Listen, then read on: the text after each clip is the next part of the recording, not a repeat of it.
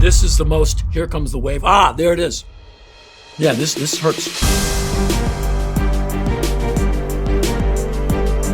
Hey, what's going on, everybody? For First We Feast, I'm Sean Evans, and you're watching Hot Ones. It's the show with hot questions and even hotter wings. And today I'm joined by Henry Rollins. He's a punk rock icon, radio host, columnist, and all-around Renaissance man. But can he handle the wings of death? We'll find out today. Henry, welcome to the show. Thank you. How are you with hot food? I don't eat it. You don't? You're not a spicy food Because guy? I can't handle it. Okay. So I'm not a hot food person at all. With that said, are you ready to get it going? No, so let's No, go. not at all.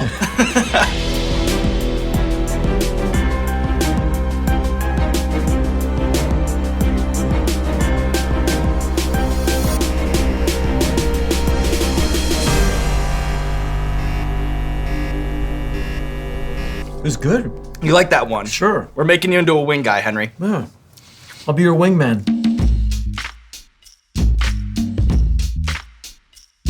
So it seems like when people are looking for travel inspiration, maybe they'll Google best beaches. But with you, it seems like you look at the front page of the newspaper, figure out which country is most fucked up at the time, and then you head there. Yeah. In your travels, when were you most scared for your life? In America. Yeah, in California specifically. California is the place where I've nearly died a couple of times. Like, you know, really unfun stories of like real near death. The rest of the time, besides I was in Baghdad, 2 mortars landed near a building I was in, which was fortified. I was in no danger. The concussion was such that it literally felt like a fist, a ghost punch going into your solar plexus. It was the concussion. It was incredibly powerful. On the streets of Cairo, if you leave the hotel neighborhood and kind of go into the neighborhoods, you'll get some intense stares. And I've been there a few times, and every single time I've gotten that I'm not faring very well. on wing one, I'm kind of like wanting to go home. Which country made you most hopeful for the future of civilization?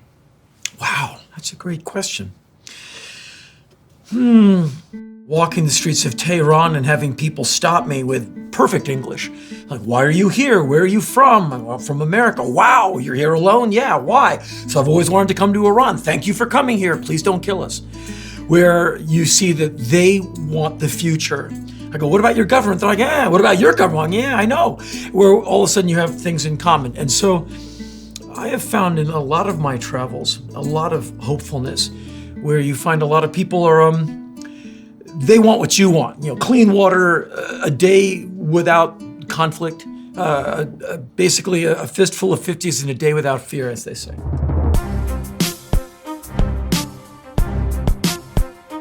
So you're like a wings veteran. You sit across from some sweating guest, some white belt, hot food person. Right. But you're like Bruce Lee in Enter the Dragon. You're like this up and you're like slapping these bottles It's around. just the only fight I can win is with wings, Henry. All right. So you're obviously in phenomenal shape, and I know that you credit strength training as helping build your sense of self-worth as a teenager, but I know that no one can spend as much time in the weight room as you've spent in the weight room without picking up some gym pet peeves along the way. What are the gym shenanigans that bother you the most? People who sit on a piece of equipment that you want to use, but they're not moving because Right. they're texting or on their cell phone. People who talk to someone else near you, like someone's on a treadmill and they have their elbow on something that's not moving. And they're like, yeah, so, and then I said, I'm like, really? I'm trying to focus here because I'm gonna be on this damn thing for an hour and my body wants to go home right now and I still have 55 minutes to go. So why don't you shut up? And so basically not being able to get a sense of concentration or rhythm going because people are using this as like the hangout hour, as if they're going to get in shape by looking at the equipment. You actually have to apply yourself.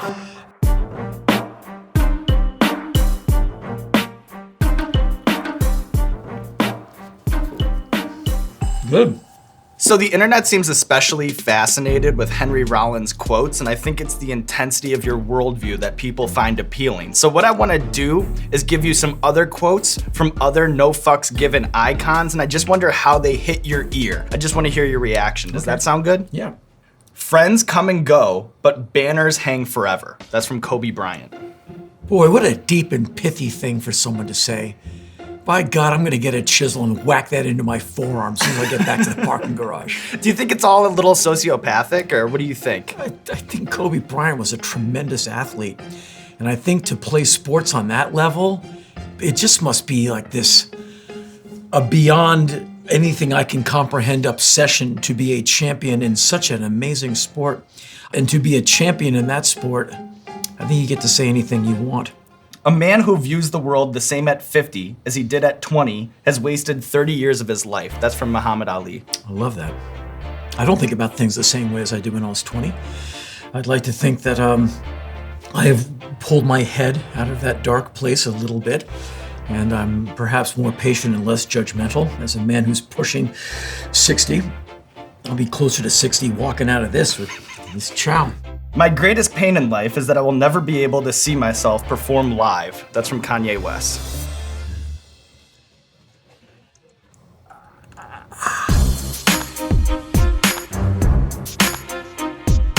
All right, so here at First We Feast, we're obsessed with our guests' food obsession, so I have to ask you about yours. What can you tell me about Old Dutch white cheddar popcorn? Because to hear you describe it, it sounds like crack in a bag.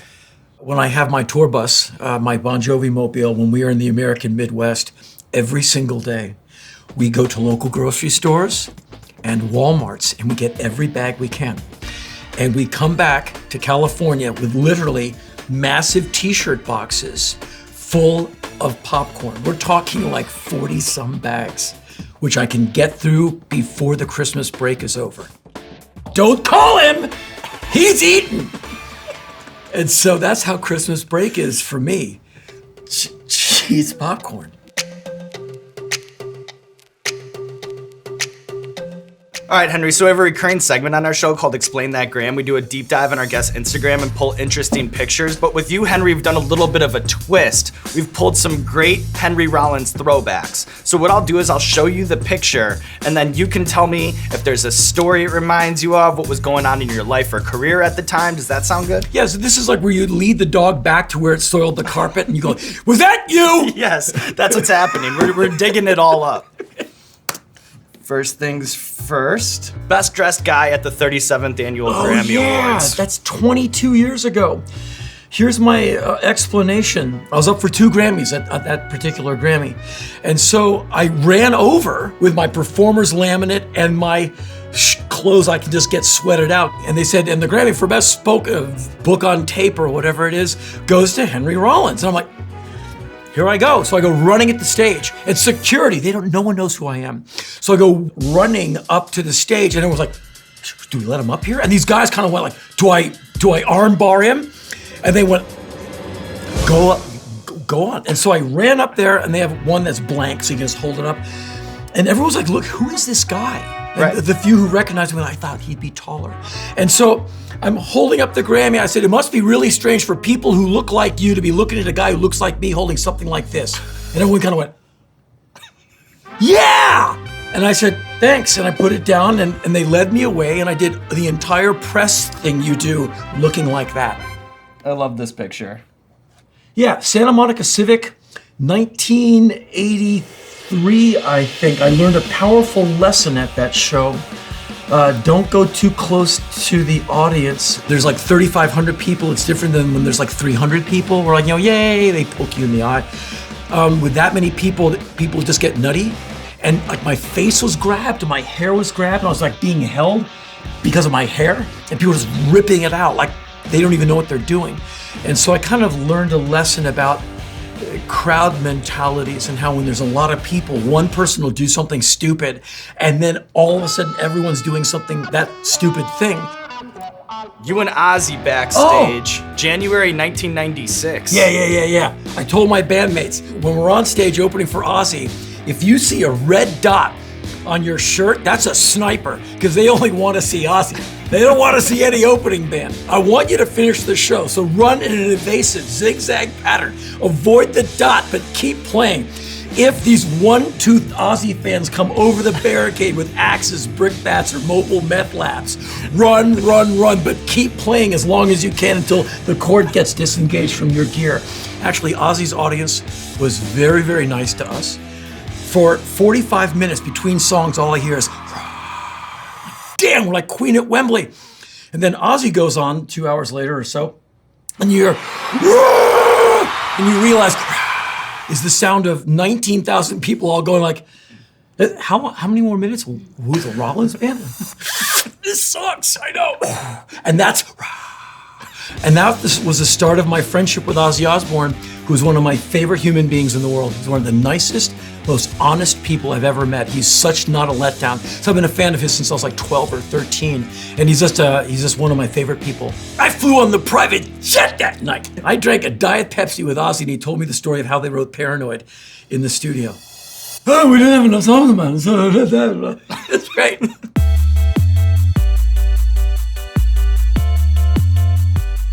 Aggressive brand name, huh? Very aggressive brand name, out of Vermont. Really? Because that's the last place. You're thinking Ben and Jerry and Bernie. And Dirty Dicks. I'll let you say it.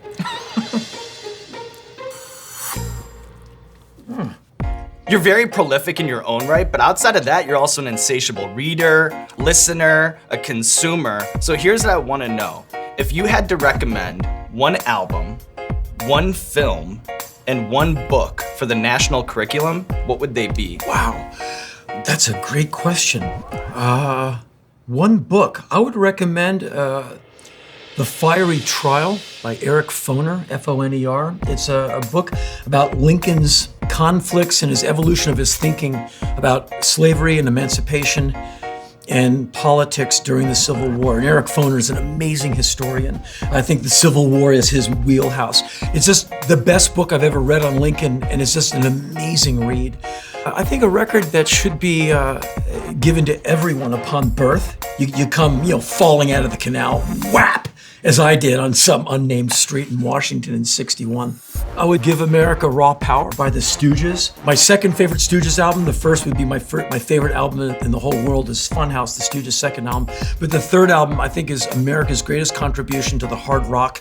If we have a hat to throw in the hard rock ring up against the Stones and Zeppelin and Deep Purple, et cetera, it would be Raw Power by the Stooges. That's where America says, we got game. It's Raw Power.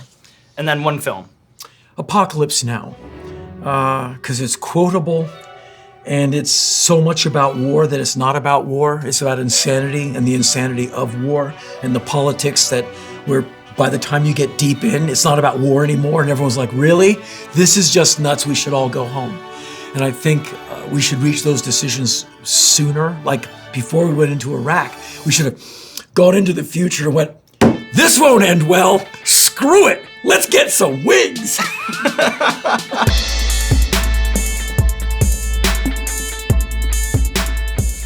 You ever done a zombie thing? Where you run around with black vomit coming out of your mouth going, ah! Can't say I have, Henry, have you?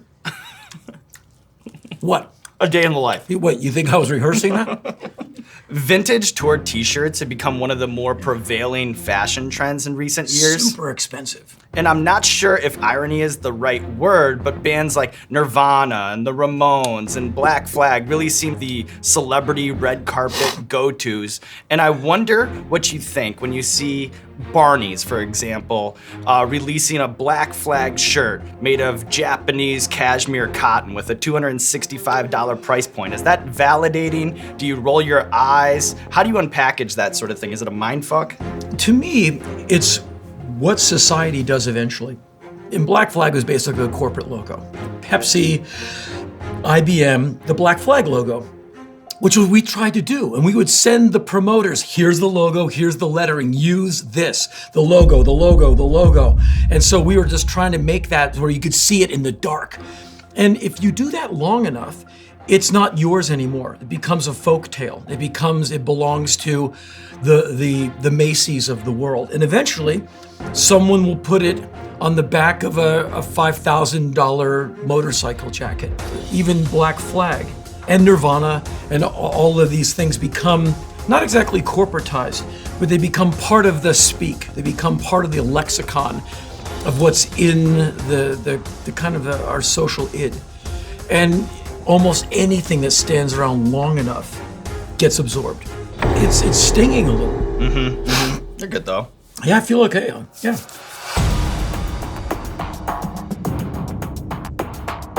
What is that? Oh, it's a bomb. Mm-hmm. It's a real bomb without my specs on. Yeah, speaking of logos. Yeah. Okay.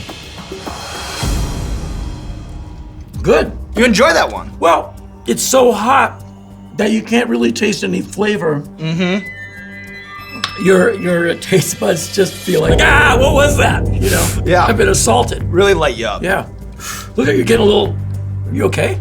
I mean, listen, I'm no superhero, Henry. I've done this a lot, Right. but like, whatever. I'm human. These hot sauces, they affect me. I'm glad that you and I can hit that human note. It's a shared struggle. Yeah, together, the two of us. Yeah, in a room full of people off camera. Exactly.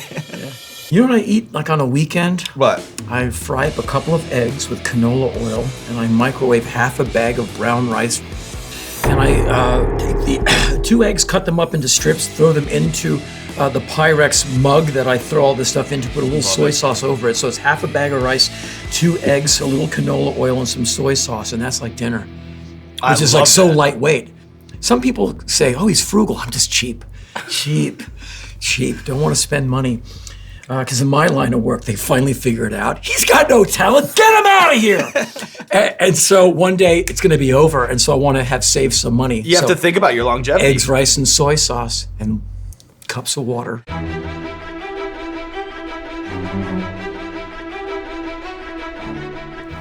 Okay, now this is, I can taste the oil. Because like the first second of it, you taste nothing. Which means it's like, It's coming.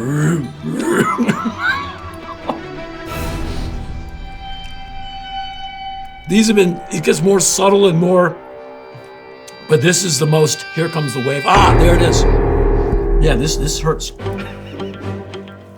The phrase punk has become part of the modern lexicon, but I think that it's strayed away from the scene that you are a part of. Everything from entrepreneurs to sports teams will get described as punk rock. So what I want to do is bounce some things off of you, and I want to see if they fit the punk mission statement as you see it, or if the two things don't even belong in the same sentence. Also realize that mission statement, as you say, you ask 100 people who have some kind of idea of it, and you'll get probably 100 different answers. So I'm asking you. Okay. So it'll be the mission statement as you see it, Henry. Does that sound good? Yeah. Bernie Sanders. Is Bernie Sanders punk rock? Yes. In the idea, sneaky, of bringing truth to power, of cutting through the red tape and the otherwise, beltway crap. In the political scheme, you see how kind of on his own he is. And in a way that is very punk rock. What about Airbnb? Can disruptive tech companies be punk rock? Sometimes they're described that way. When I think of tech companies, I just think ultimately there's so much money somewhere. One of those guys is getting paid a whole lot of money, and other people are working for peanuts. So for me, it's more corporate and could never be punk rock. Anarchy, yes. Lady Gaga. I think she's amazing. And in her own way, very punk rock. She writes her own material. Her interviews are really interesting. She did this monologue and she just talks about how much she hates reality. And I'm like, thank you. Because that's the job of an artist to me, to take reality, like reality's reality. Life is cubicles, buses, taxes, and death. Let's do something else. Like here's something that can't happen. So let's write a song about it. And like you can internalize it and your mind gets bigger. So I think she's the real thing. Big baller brand. It doesn't strike me much as punk rock, just savvy marketing. I think starting your own brand is very DIY. And so maybe in a way it's punk rock. I just think it's a way for him to maybe do something that surpasses whatever he's going to do in sports. All right, Henry. Dun, dun, dun, dun.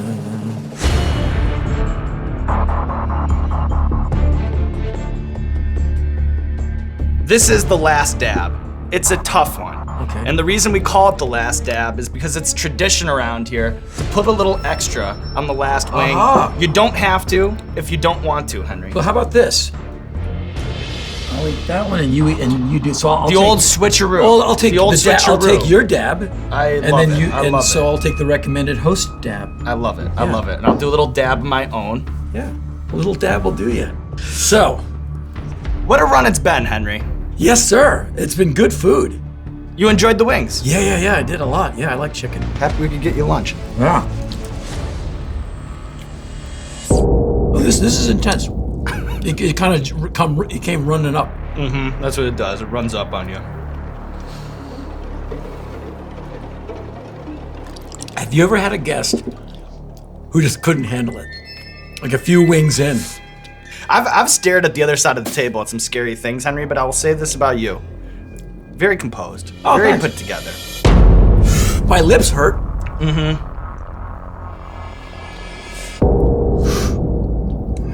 Yeah, don't be putting your fingers in your eyes. All right, Henry, I have one more question for you. You know, in seeing your talks and watching your interviews, I think what I find most relatable about you is that you're driven by this fear of inertia. And I actually feel a lot in common with that. You know, sometimes I feel that I'm at my best when I'm in the foxhole by myself, back up against the wall with a chip on my shoulder. Is there hope for people like us? Or are we just doomed to forever be on that hamster wheel running in circles? I'm almost 60. I'm 56, so I got a few more years. I mean, it's not old or young, it's not anything, but it's not 20. And so after many laps around the track in show business, where you meet some people who are less than honest, and it's very easy to get humiliated.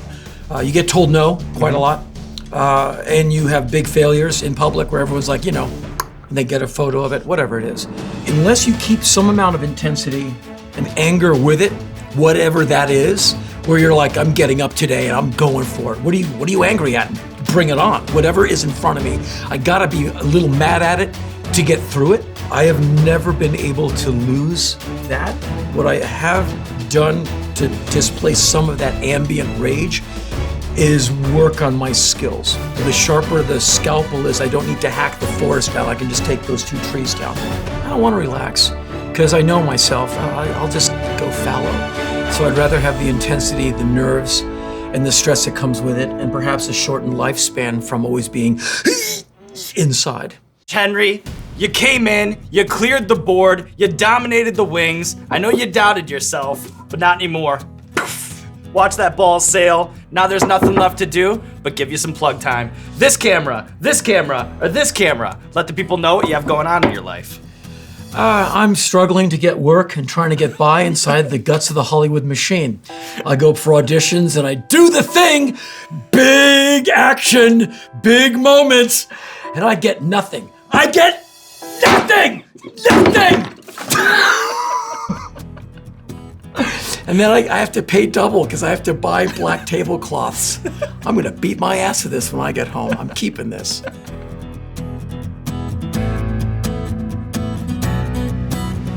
Bad. Damn, that feels better than I thought it would. Bad. Come on, give me one.